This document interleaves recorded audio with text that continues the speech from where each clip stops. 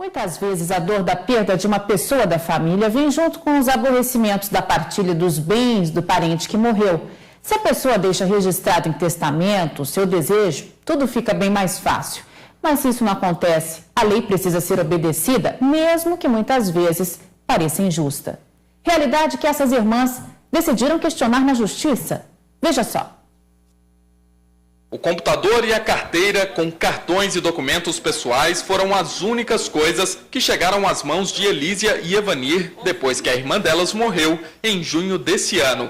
A economista Elza Gomes dos Santos, de 52 anos, foi morta com um tiro na cidade de São Vicente, litoral paulista. Ela tinha acabado de se aposentar e viajou para levar uma nova vida perto do mar. A versão da polícia foi de latrocínio, roubo seguido de morte. Não bastasse a morte trágica, as irmãs agora enfrentam outro drama. Como não tinha filhos, todos os bens de Elza foram herdados automaticamente pela mãe biológica, como prevê a lei. Mas, segundo elas, a mãe nunca conviveu com os filhos, nem estabeleceu qualquer relação familiar com eles. Eu tinha 1 ano quando meus pais se separaram e ali ela já nos vendeu. Ela assinou um documento para o meu pai, na separação deles, nos entregando para ele. Se nós passássemos por ela na rua, nós não a reconheceríamos. O problema poderia ter sido minimizado se Elza tivesse deixado um testamento. Assim, apenas metade dos bens ficaria para a mãe dela. A outra metade ela poderia deixar para quem quisesse.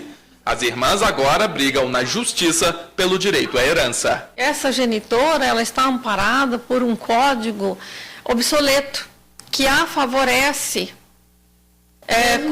como beneficiária, apesar dessa pessoa só apenas ter colocado a Elza no mundo. As regras estão previstas no artigo 1829 do Código Civil. A ordem de sucessão é a seguinte: em primeiro lugar, os descendentes, filhos, netos, bisnetos e o marido ou mulher de quem faleceu.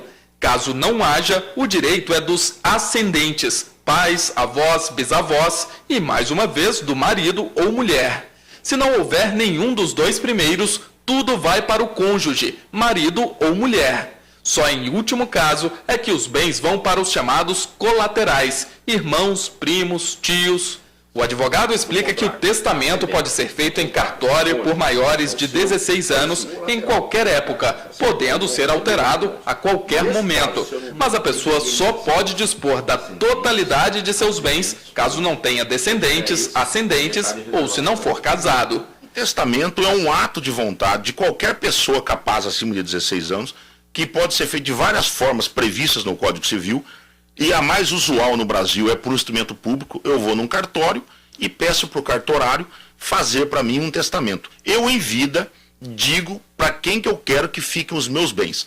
Ou todo ele, ou uma parte, 20%, 25%, ou um bem determinado. Às vezes eu tenho lá um terreno, uma casa, uma fazenda. Eu quero que este bem determinado fique com alguém determinado. Ainda de acordo com o advogado, o brasileiro não tem a cultura do testamento, o que evitaria conflitos depois da morte. Ele explica que uma opção que também é eficaz é a doação em vida. O que é muito comum no Brasil é que os pais, quando estão ficando já bastante velhos, eles façam a doação em vida. Eu pego o que eu tenho e dou para os meus filhos ou para outras pessoas, não é? Ficando comigo, por exemplo, usufruto, para que não tenha perigo da pessoa vender, eu não ter onde morar, não ter renda, não poder alugar, não é? Então isso chama doação, é outra modalidade. Eu em vida já disponho do meu patrimônio. Para Elísia e Evanir, que se sentem lesadas com a transferência dos bens da irmã para uma pessoa que, para elas, esteve sempre ausente, a perda de um ente querido se tornou ainda mais revoltante. O sentimento que a gente tem